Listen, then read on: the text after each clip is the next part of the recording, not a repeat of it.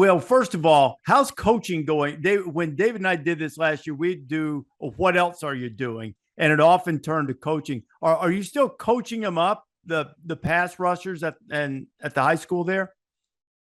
Yes, sir. Still North Oconee. We graduated a little bit, Reese. Not a lot, by the way, but a little bit from youth league football from 12U with my son Nicholas, and now I'm working with the high school team, and it was flipping fantastic. I got my first Friday night experience under the lights. Got to coach the defensive line. Which was awesome. Got to prepare, game plan, draw up something, then go out and play. And then, we got to, manipulate it as the game went on and change it as we saw fit. And, we beat our crosstown rival for the first time in 4 years and took care of business. And my high school team, Reese, North Oconee Titans, is right now ranked second in the state of Georgia in our classification, and have a really, really good football team. But it's been a blast. I'm heading to practice now, going up there to work with the kids. But how many quarterback hurries, tackles for loss, and sacks did we have Friday night? We had a good bit. I don't know the statistics. The stats aren't as prevalent as they are for us in college. That's for sure. Get true media on that, Pollack. Enter them in. Yeah, we could do that for sure. But the kids, man, they played well. It's just interesting, developing a thought process with them. And I'm like, we have a bunch of really good kids. Reese, you'll appreciate this, probably about like Christopher School and really smart kids. And I'm like, at one point, I think I said on the sidelines, do y'all like to make plays?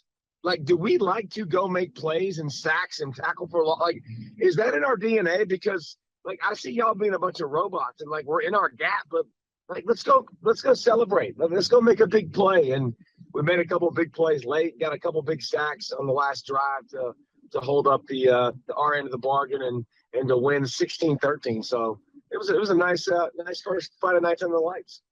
So let me ask you this, David. If you had to model your coaching style after one defensive line coach in college football, are you like a Coach O Barker? Are you like Larry Johnson, who's like a little bit of a Yoda? Where do you fall stylistically as a D-line coach?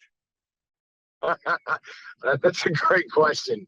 I think what I am right now with my role, I'm a lay coach. I'm not the head coach, and I'm a defensive line coach, but we also have, Coach Williams is a defensive line coach. I kind of need to be whatever I feel like the room needs to be. So I guess Larry Johnson would be a good one. But my coach, one of my best friends who coaches defensive line, Brad, he's nuts, man. He's the guy with frost, that white spit on the side of his mouth, just yelling and screaming. So I'm like, all right, bro, Alexis, come here, dude.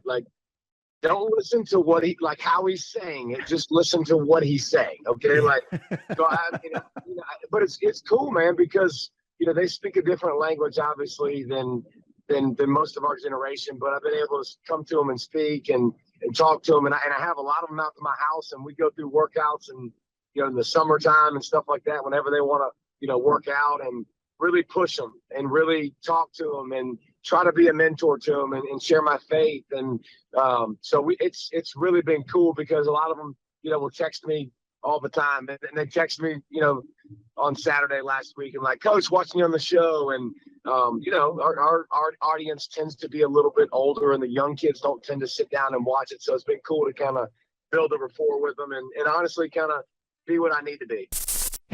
Thanks for watching ESPN on YouTube. For live streaming sports and premium content, subscribe to ESPN+.